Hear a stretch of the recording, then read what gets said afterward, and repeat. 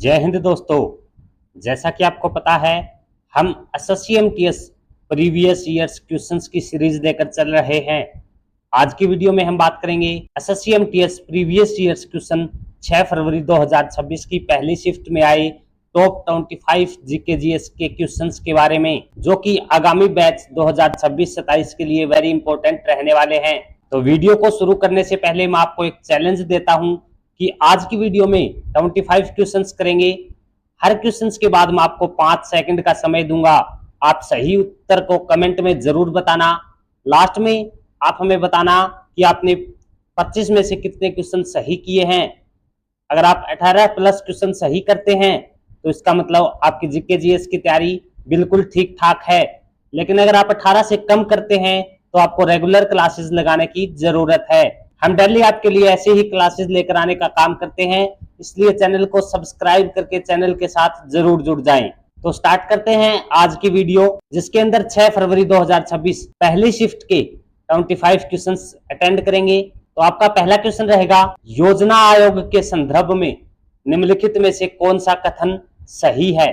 तो आपके ऑप्शन है, इसकी स्थापना 1952 में हुई थी, या सेकंड है भारत के राष्ट्रपति इसके अध्यक्ष थे। तो आंसर कमेंट बॉक्स में जरूर बताइएगा। तो आपका राइट आंसर होगा ऑप्शन डी, ना तो एक तथा ना ही दो सही होगा। योजना आयोग की स्थापना 15 मार्च को हुई थी 1950 के अंदर, ना कि 1952 में। और इसके अध्यक्ष राष्ट्रपति नहीं होते बल्कि प्रधानमंत्री होते हैं। 1 जनवरी 2015 को योजना आयोग की जगह नीति आयोग ने ले ली थी। अगला प्रश्न है आपका, तेल एवं प्राकृतिक गैस कमीशन की स्थापना कब की गई थी। तो तेल एवं प्राकृतिक गैस कमीशन की स्थापना कब हुई थी। तो आपका राइट आंसर होगा ऑप्शन बी, 1956 के अंदर। कब हुई थी? 1956 के अंदर हुई थी। ओएनजीसी, जिसको oil and natural gas corporation बोलते हैं, की स्थापना 14 अगस्त 1956 को की गई थी। इसका मुख्यालय कहाँ है? नई दिल्ली के अंदर है। यह भारत की सबसे बड़ी कच्चे तेल और प्राकृतिक गैस की खोज और उत्पादन करने वाली महारत्न कंपनी है। अगला प्रश्न होगा आपका, लक्षद्वीप द्वीप समूह है डैश में स्थित है। तो आंसर कीजिएगा, लक्षद्वीप जो द्वीप समूह है कहां पर स्थित है। तो आपका राइट आंसर होगा ऑप्शन ए, अरब सागर के अंदर। लक्षद्वीप जो है भारत का सबसे छोटा केंद्र शासित प्रदेश है, जो अरब सागर के अंदर स्थित है। इसकी राजधानी क्या होगी? कवरत्ती इसकी राजधानी होगी। ठीक है, यह 36 द्वीपों का एक समूह है जो मुख्य रूप से प्रवाल भित्तियों से बना हुआ होता है। अगला आपका प्रश्न होगा, मेगास्थनीज डैश द्वारा भेजे गए राजदूत के रूप में चंद्रगुप्त मौर्य के दरबार में आया था। तो मेगास्थनीज को किसने भेजा था? तो आपका राइट आंसर होगा ऑप्शन बी, सेल्यूकस ने। मेगास्थनीज यूनानी राजा सेल्यूकस निकेटर का राजदूत था। उसने चंद्रगुप्त मौर्य के शासनकाल में भारत की यात्रा की थी। उसकी प्रसिद्ध पुस्तक का नाम इंडिका था। यह क्वेश्चन काफी बार एसएससी-एमटीएस के द्वारा पूछा जाता है। इंडिका पुस्तक किसके द्वारा लिखित है? तो मेगास्थनीज के द्वारा, जिससे मौर्यकालीन प्रशासनिक व्यवस्था की जानकारी मिलती है। तो इंडिका से किसकी जानकारी मिलती है? मौर्यकालीन प्रशासनिक व्यवस्था की जानकारी। अगला प्रश्न होगा आपका, मनुष्य में ऑक्सीजन प्रचुर रुधिर फुफ्फुस से हृदय के निम्नलिखित में से किस कोष्ठ में प्रवेश करता है। तो मनुष्य के अंदर जो ऑक्सीजन होता है वो प्रचुर रुधिर फुफ्फुस से हृदय के किस कोष्ठ में प्रवेश करता है। तो आपका राइट आंसर होगा ऑप्शन सी, बायां लिंद के अंदर प्रवेश करता है। फेफड़ों से ऑक्सीजन से भरपूर शुद्ध रक्त फुफ्फुसीय शिराओं के माध्यम से हृदय के अलिंद में बाह्य लिंद में प्रवेश करता है। इसके बाद यह बाह्य नीले से होकर पूरे शरीर में पंप करता है। अगला प्रश्न होगा आपका, रक्त का निम्नलिखित में से कौन सा घटक रक्तस्रावण को रोकता है। तो रक्त का कौन सा घटक रक्तस्रावण को रोकता है? तो आपका राइट आंसर होगा ऑप्शन डी, रुधिर बिंबाणु। प्लेटलेट्स रक्त का थक्का जमाने में मदद करते हैं, जिससे चोट लगने पर रक्तस्राव रुकता है। प्लेटलेट्स के निर्माण के लिए विटामिन के और फाइब्रिनोजन प्रोटीन मुख्य भूमिका निभाते हैं। अगला प्रश्न होगा आपका, भारत के राष्ट्रपति पर भारतीय संविधान के उल्लंघन के लिए किस अनुच्छेद के तहत महाभियोग चलाया जा सकता है। तो भारत के राष्ट्रपति पर भारत के किस संविधान के तहत महाभियोग चलाया जा सकता है। तो आपका राइट आंसर होगा ऑप्शन बी, अनुच्छेद 61 के तहत। यह प्रस्ताव संसद के किसी भी सदन लोकसभा या राज्यसभा में लाया जा सकता है। अगला प्रश्न होगा आपका, उत्तराखंड में कुंभ मेला किस शहर में मनाया जाता है? तो उत्तराखंड के अंदर कुंभ मेला किस शहर में मनाया जाता है? तो आपका राइट आंसर होगा ऑप्शन ए, हरिद्वार के अंदर। उत्तराखंड में हरिद्वार, जो कि गंगा नदी के तट पर है, में कुंभ मेला लगता है। भारत में 4 स्थानों पर कुंभ मेले का आयोजन किया जाता है। हरिद्वार, प्रयागराज जो कि गंगा यमुना का संगम है, उज्जैन जहां पर शिप्रा नदी, और नासिक गोदावरी नदी के तट पर यह मनाया जाता है। अगला आपका प्रश्न होगा, महामस्तकाभिषेक महोत्सव किस भारतीय राज्य के अंदर मनाया जाता है? तो इसका राइट आंसर होगा आपका ऑप्शन ए, कर्नाटक के अंदर। महामस्तकाभिषेक कर्नाटक के सवर्णबेलगोला में हर 12 वर्ष में आयोजित होने वाला एक प्रसिद्ध जैन त्योहार है। यहाँ भगवान गोमतेश्वर, जिसको बाहुबली बोलते हैं, कि 57 फीट ऊंची विशाल प्रतिमा का जलाभिषेक और दुग्धाभिषेक किया जाता है। अगला आपका प्रश्न होगा, मृत्यु दर क्या है? तो मृत्यु दर क्या है, आंसर कीजिएगा कमेंट में सभी साथी। तो आपका राइट आंसर होगा ऑप्शन बी, यह प्रति 1000 व्यक्तियों पर होने वाली मौतों की संख्या होती है। जिस प्रकार मृत्यु दर नापी जाती है, इसी प्रकार जन्म दर भी नापी जाती है। यह भी प्रति 1000 व्यक्तियों पर होने वाले जन्म पर आधारित होती है। तो मृत्यु दर और जन्म दर क्या होती है पता चल गया। नेक्स्ट क्वेश्चन होगा आपका, 1772 में अंग्रेजों द्वारा स्थापित नई न्याय व्यवस्था के अनुसार प्रत्येक जिले में निम्नलिखित में से कौन सी अदालत होना अनिवार्य था? तो कौन सी अदालत होना अनिवार्य था? तो आपका राइट आंसर होगा ऑप्शन सी, फौजदारी अदालत और दीवानी अदालत। 1772 के अंदर वारेन हेस्टिंग्स की न्यायिक योजना के तहत प्रत्येक जिले में 2 अदालतें बनाई गई थी। आपराधिक मामलों के लिए फौजदारी अदालत और नागरिक मामलों के लिए दीवानी अदालत में काम होता था। अगला आपका प्रश्न है, अंतरराष्ट्रीय अंतरिक्ष स्टेशन प्रतिदिन पृथ्वी की लगभग कितनी बार परिक्रमा करता है? जो अंतरराष्ट्रीय अंतरिक्ष स्टेशन है वो प्रतिदिन पृथ्वी की लगभग कितनी परिक्रमा करता है? तो आपका राइट आंसर होगा ऑप्शन बी, 16 बार। जो इंटरनेशनल स्पेस स्टेशन, जिसको ISS बोला जाता है, लगभग 28,000 किलोमीटर प्रति घंटा के हिसाब से पृथ्वी की परिक्रमा करता है। यह हर 90 मिनट में पृथ्वी का एक चक्कर पूरा कर लेता है, जिसका मतलब है कि यह 24 घंटे में लगभग 16 बार परिक्रमा करता है। अगला प्रश्न होगा आपका, निम्नलिखित में से कौन सा आंदोलन 1932 में पुनः शुरू किया गया था? तो आंसर कीजिएगा, कौन सा आंदोलन है जो 1932 में दोबारा से शुरू हुआ था? तो आपका राइट आंसर होगा ऑप्शन डी, सविनय अवज्ञा आंदोलन। तो महात्मा गांधी ने 1930 के अंदर दांडी मार्च के साथ सविनय अवज्ञा आंदोलन की शुरुआत की थी। गोलमेज सम्मेलन की विफलता के बाद 1932 के अंदर इसको दोबारा से पुनर्जीवित किया गया और 1934 के अंदर इसको समाप्त किया गया था। अगला प्रश्न होगा आपका, जुलाई 2025 तक भारत में पंचायती राज संस्थाओं, जिसको PRI बोला जाता है, में लगभग 10 लाख निर्वाचित महिला प्रतिनिधि हैं। तो आपका राइट आंसर होगा ऑप्शन ए, 14.5 लाख निर्वाचित महिला प्रतिनिधि हैं 2025 तक भारत में पंचायती राज संस्थाओं में। तो भारत में पंचायती राज संस्थाओं में महिलाओं के लिए 33% आरक्षण है, जो कि अनुच्छेद 243D के अंदर बताया गया है, लेकिन कई राज्यों में यह 50% तक भी है। वर्तमान में लगभग 14.5 से अधिक निर्वाचित महिला प्रतिनिधि कार्यरत हैं, यानी कि 14.5 लाख से ज्यादा निर्वाचित महिला प्रतिनिधि कार्यरत है वर्तमान समय में। अगला प्रश्न होगा, डैश स्टील के बाद दुनिया में दूसरी सबसे इस्तेमाल की जाने वाली धातु है। तो स्टील के बाद सबसे ज्यादा इस्तेमाल की जाने वाली धातु कौन सी होगी? तो आपका राइट आंसर होगा ऑप्शन ए, एल्यूमिनियम। स्टील के बाद एल्यूमिनियम दुनिया में सबसे ज्यादा इस्तेमाल की जाती है। सबसे ज्यादा इस्तेमाल क्यों की जाती है?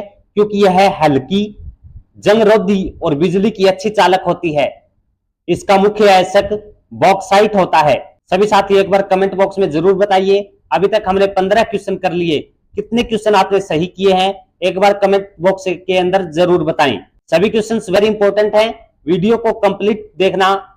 आपको आने वाले बैच यानी कि जब 2026 और 27 का एग्जाम होगा तो उसके अंदर बहुत हेल्प देखने को मिलेगी, क्योंकि जो SSC है वो हमेशा एक पैटर्न पर कार्य करती है।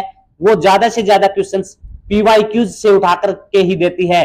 अगर आप PYQs को लगा लेते हैं तो आपके लिए बहुत ही आसान एग्जाम बन जाएगा। सबसे पहले हम SSC MTS से स्टार्ट कर रहे हैं। धीरे धीरे करके मैं आपको सभी एग्जाम जो कि SSC से रिलेटेड हैं सभी के PYQ क्वेश्चंस करवाने वाला हूं, इसलिए चैनल के साथ जरूर जुड़ जाएं। बेल आइकन को प्रेस कर ले ताकि जब भी वीडियो आए तो आपको नोटिफिकेशन मिल जाए। वैसे डेली हम शाम को 6:30 बजे आपके लिए वीडियो लेकर आने का काम करेंगे। परमानेंट आपका यही समय रहेगा, इसी समय पर आपको वीडियो देखने को मिलेगी। डेली आपको एक प्रैक्टिस सेट देखने को मिलेगा। आप अगर डेली एक प्रैक्टिस सेट लगाते हो तो इससे आपके बहुत सारे क्वेश्चंस आने वाले 2 महीने के अंदर तैयार हो जाएंगे।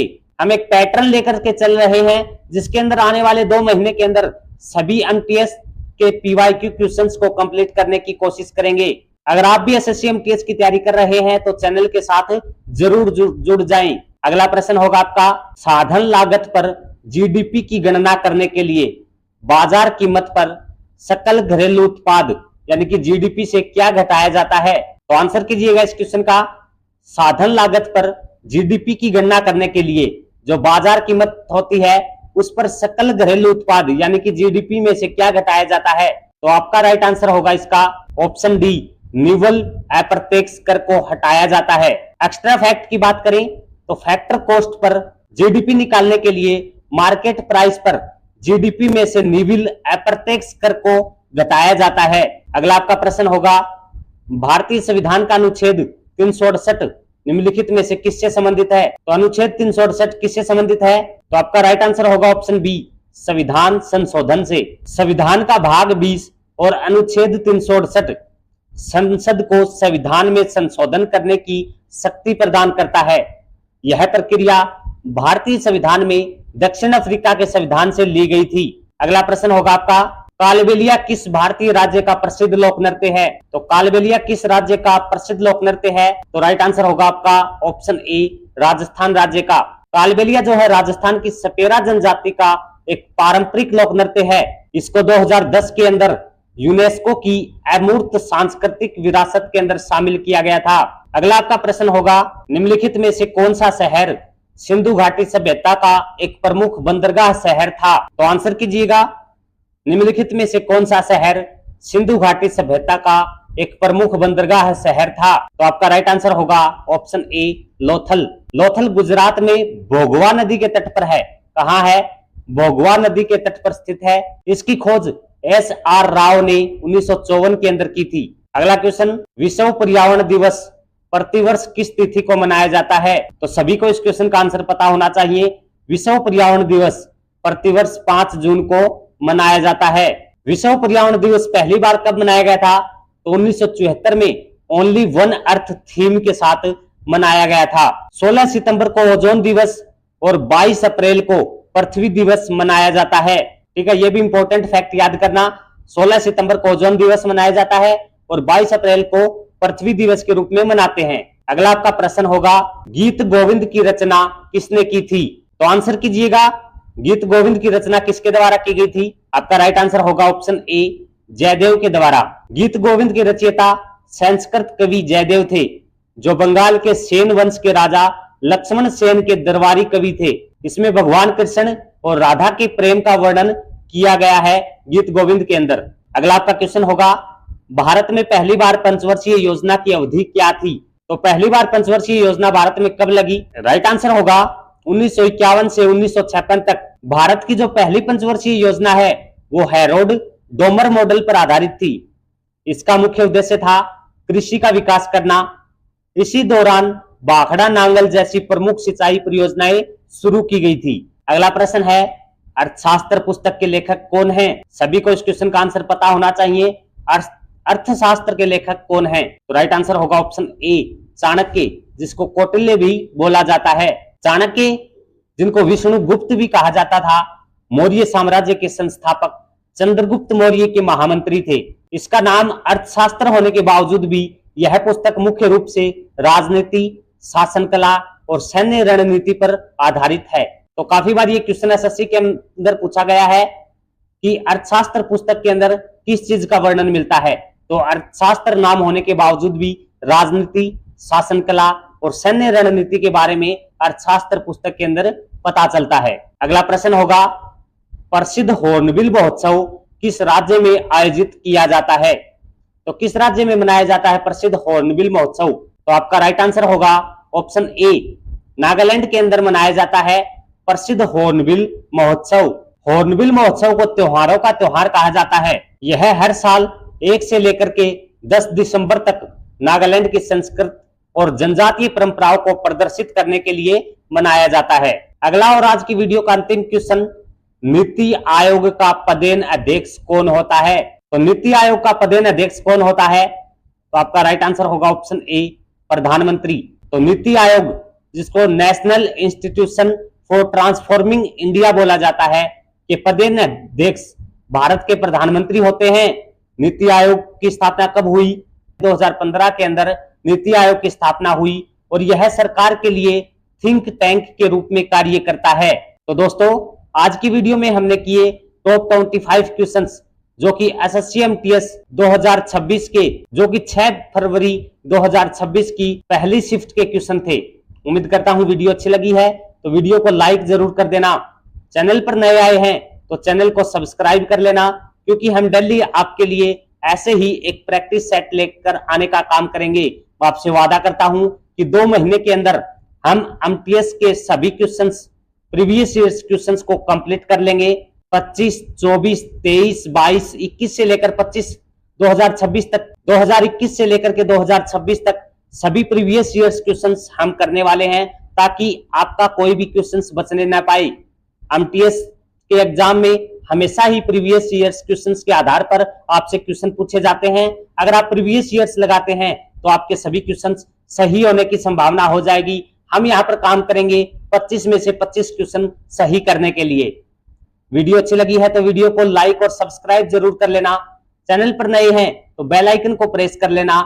डेली हम आपके लिए शाम को 6:30 बजे प्रीवियस ईयर्स की क्लास लेकर आने का काम करते हैं। आज की वीडियो में इतना ही। मिलेंगे नेक्स्ट वीडियो के अंदर, जिसके अंदर हम 6 फरवरी 2026 की सेकंड शिफ्ट के टॉप 25 क्वेश्चंस अटेम्प्ट करेंगे। अभी आप कमेंट बॉक्स में बताइएगा कि आपने टोटल कितने क्वेश्चंस अटेम्प्ट किए और कितने क्वेश्चन आपने सही किए। कमेंट बॉक्स के अंदर ईमानदारी के साथ ये बताना कि कितने क्वेश्चन सही किए। अगर आप यहां पर ईमानदारी दिखाओगे तो एग्जाम के अंदर आप जरूर फोड़ के आओगे। आज की वीडियो में इतना ही। मिलते हैं नेक्स्ट वीडियो के साथ। जय हिंद, जय भारत।